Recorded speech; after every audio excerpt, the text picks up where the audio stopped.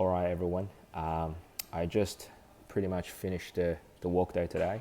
Got a gym gear up, and before heading to the gym, I decided to shoot this brief video.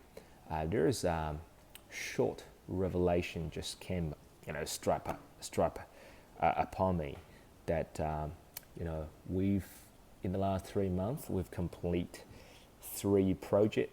I mean, when I mean completion, it means all of the projects are built, settled with all of the buyers. Now, what's funny about these 3 projects is it's completely in terms of scale of it, it's completely different. We talk about first project being a duplex, the second project being a 10 townhouse development, and the third project being a 100-lot subdivision somewhere here in Victoria. What's funny is that when I review the timeline and my own time inputs on these 3 projects, it's all share the same trajectory in terms of we somehow end up in the VCAT. Now, don't ask me why. For a project like a duplex, I could end up in VCAT. I can tell you day and night about how fucked up our planning system is, but that's not the intention of this video. But the intention of the video is when I'm looking at do a review of this project, of these 3 projects, I spend same amount of time in terms of negotiating, waiting for the council to review the drawings of my applications. I spend the same amount of time in terms of waiting for the hearing to be held in VCAT. And obviously, surely for the small ones such as duplex, the hearings are minor ones. It's 1 day.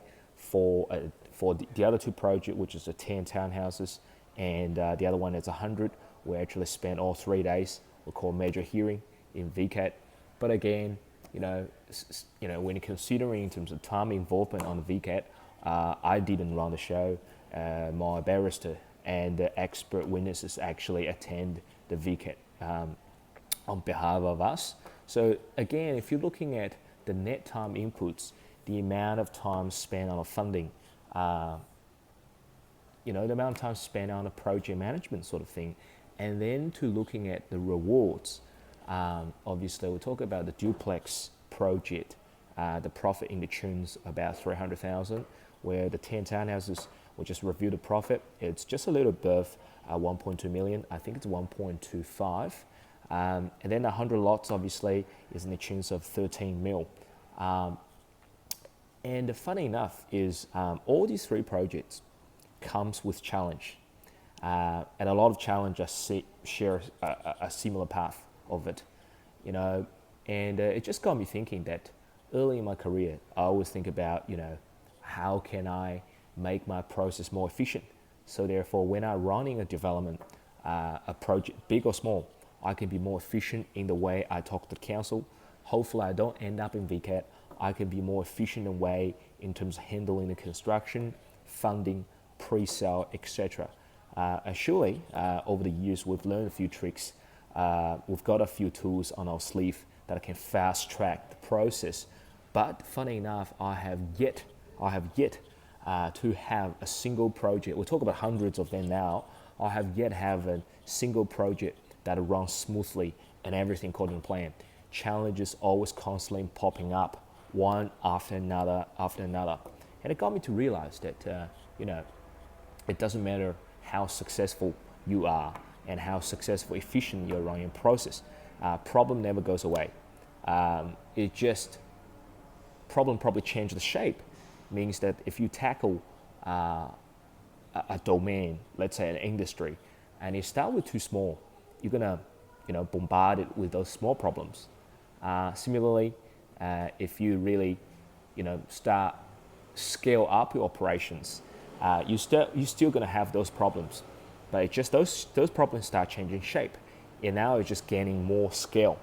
Either way, that you can't really get away with this problem. It seems like it's a constant thing as long as they're doing business.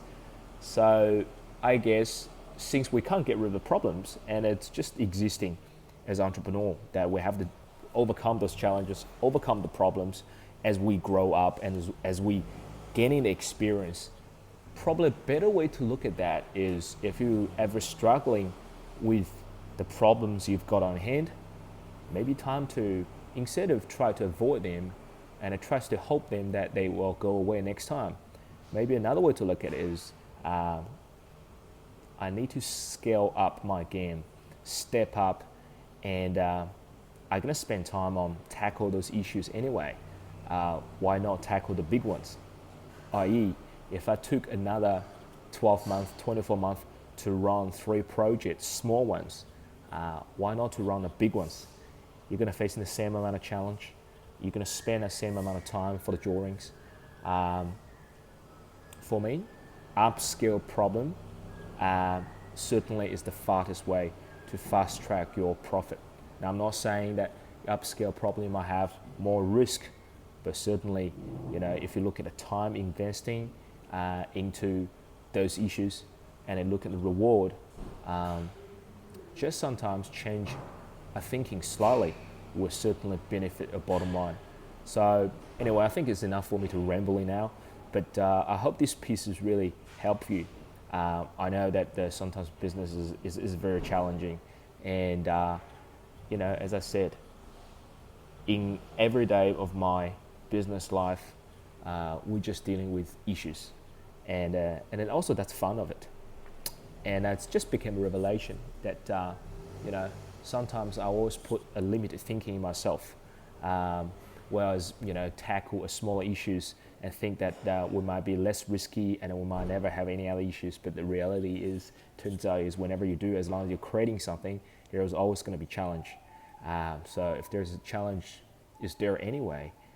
Let's tackle big ones, make some big gains. All right. So this is the piece I'm sharing today. Hopefully it can benefit you.